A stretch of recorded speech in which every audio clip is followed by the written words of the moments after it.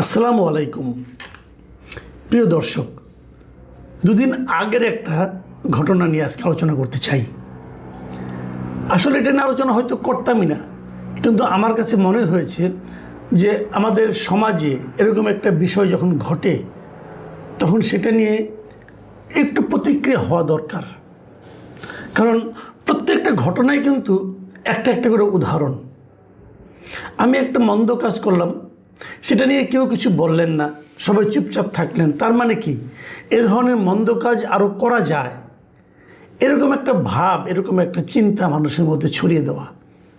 কাজেই যত ছোটোখাটো ঘটনায় ঘটুক না কেন, তার আফটার ইফেক্টকে চিন্তা করে আমি মনে করি তার একটা প্রতিকার হওয়া উচিত। সেই জন্যই এটা বলা। এই ঘটনাটা ঘটেছে খোদ রাজধানীতে একটা স্কুলে, খুব পুরনো একটা স্কুল, উইলস লিটল ফ্লাওয়ার স্কুলে। সেই স্কুলের একজন ছাত্র ক্লাসের টিচারের সঙ্গে একটা অসভ্য রকম মন্দ আচরণ করেছেন।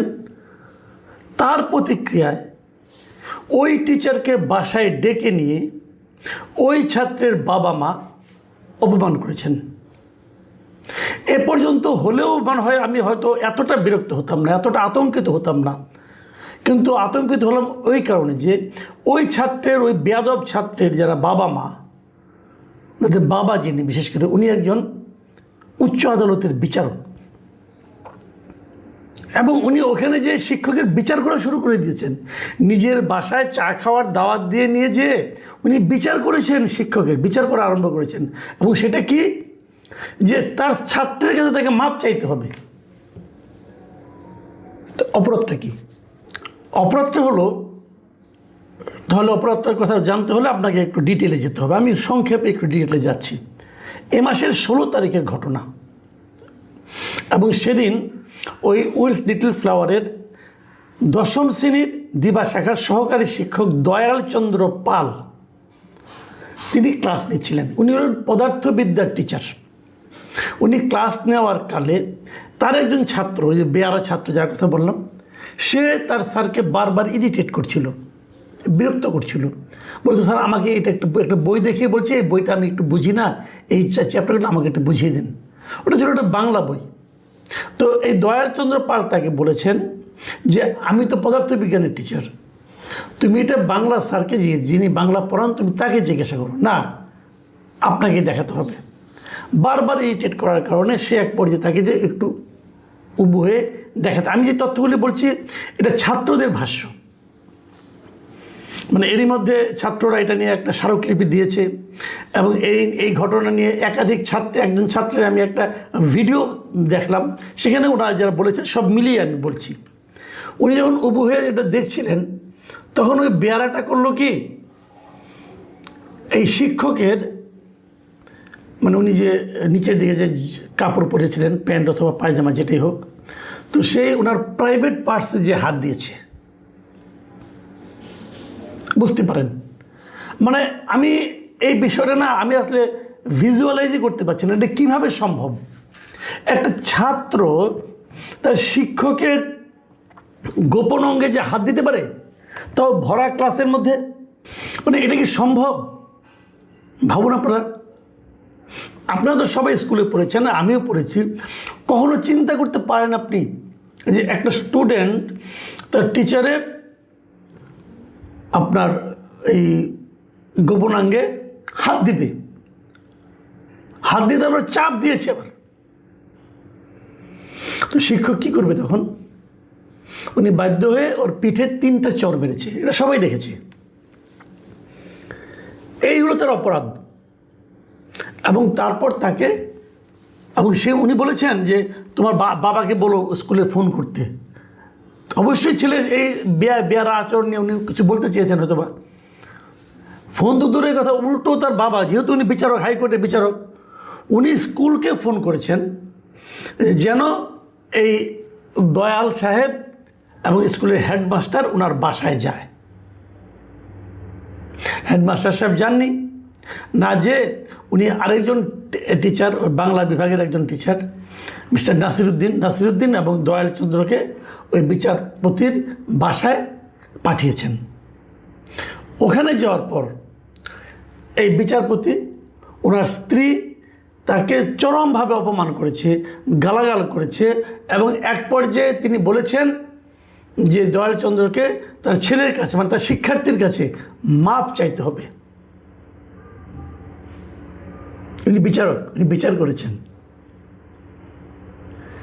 শিক্ষক তখন ওখানে সরি বলে ওখান থেকে বেরিয়ে চলে এসেছেন। এই ঘটনার পর লজ্জায় অপমানে উনি কদিন স্কুলেও যাননি।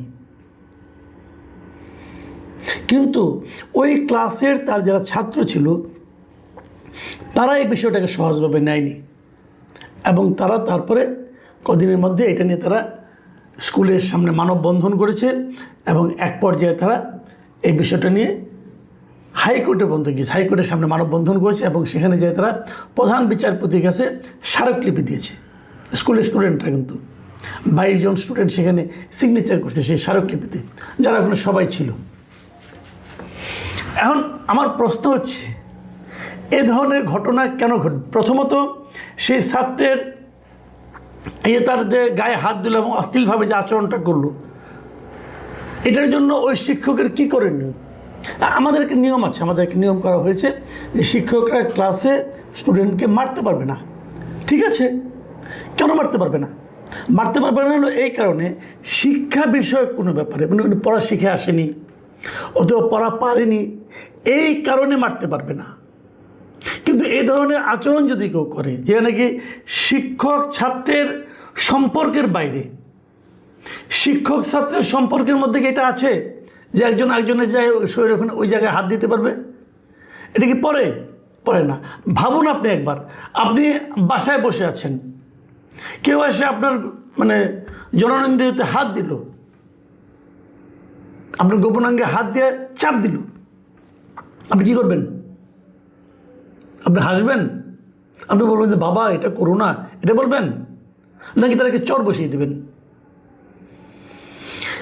এই যে প্রাইভেট পার্টসে হাত দেওয়া, এটা সারা দুনিয়াতে একটা অপরাধ, জঘন্য অপরাধের পর্যায়ে পড়ে। এবং যখন এই অপরাধটা কেউ করবে, তাকে এটা তো একটা হিউম্যান ইনস্টিংক্ট, মানে একটা তাৎক্ষণিক প্রতিক্রিয়ায় কিন্তু আপনি তাকে একটা চর মারবেন। আর সেটা ছাত্র, তারপরে ভর ক্লাসে অন্যদের সামনে সে যখন এই কাজ করে, কত বড় বেয়ারা হলে পর, কতটা বখাটে হলে পর, কতটা নিয়ন্ত্রণহীন হলে পর একটা শিশু এরকম করতে পারে। এবং এই যে নিয়ন্ত্রণহীনতা, এই যে বেয়াদবি করাটা, এটা সে কার কাছে শিখেছে? তার বাবার কাছে শিখেছে, তার মার কাছে শিখেছে। সবসময় মনে রাখবেন, একটা স্টুডেন্টের প্রথম শিক্ষাটা হয় ফ্যামিলি থেকে। প্রথম শিক্ষা ফ্যামিলি থেকে। ফ্যামিলিতে সে শিখে যে কী করা যাবে, কী করা যাবে না। তার ফ্যামিলিতে সম্ভবত এগুলি চলে, তাহলে সে এটা শিখলো কোথায়? তো এই বিষয়টা যখন বাইরে এলো, তখন তার বাবা আবার সেই শিক্ষককেই অপমান করার চেষ্টা করলেন, মানে করলেন আর কি, এবং ছাত্রের কাছে মাপ চাইতে বলেন। এই যে তার যে আচরণটা, এটা কি বিচারক সুলভ আচরণ নাকি মাস্তান সুলভ আচরণ? বিচারক এটা বলতে পারেন? এটা তো লেখাপড়ার বিষয় না রে ভাই। দেখুন, আমি একটা জিনিস বুঝি না, একজন লোক ক্ষমতা পেলে ক্ষমতার সবচেয়ে বড় দায়িত্বটা কি? তাকে খেয়াল করতে হবে আমি যেন ক্ষমতার অপব্যবহার না করি। আপনি বিচারক হয়েছেন, আপনি সব জায়গায় কাজ করবেন, এটা কিন্তু প্রথম না। আপনাদের মনে আছে, আমি আরেকটা ঘটনা আমি মনে করতে পারলাম যে 2023 সালের কথা। 2023 সালের এরকম মার্চ মাসে বগুড়ায় একটা ঘটনা ঘটেছিল। বগুড়ার একটা গার্লস স্কুলে, সেই গার্লস স্কুলে একটা নিয়ম ছিল যে স্টুডেন্টরাই স্কুলের ক্লাসরুমগুলি পরিষ্কার করবে, এবং সেই স্টুডেন্টরা বাই রোটেশন এক একজন স্কুলের ক্লাসরুমটাকে ঝাড়ু দিবে। তো ওখানে একজন বিচারকের কন্যা ছিল, সেই কন্যা ঝাড়ু দিবে না, তার মা ছিল বিচারক। উনি অতিরিক্ত জেলা ও দায়রা জজ ছিলেন, ওই ভদ্রমহিলা, ওনার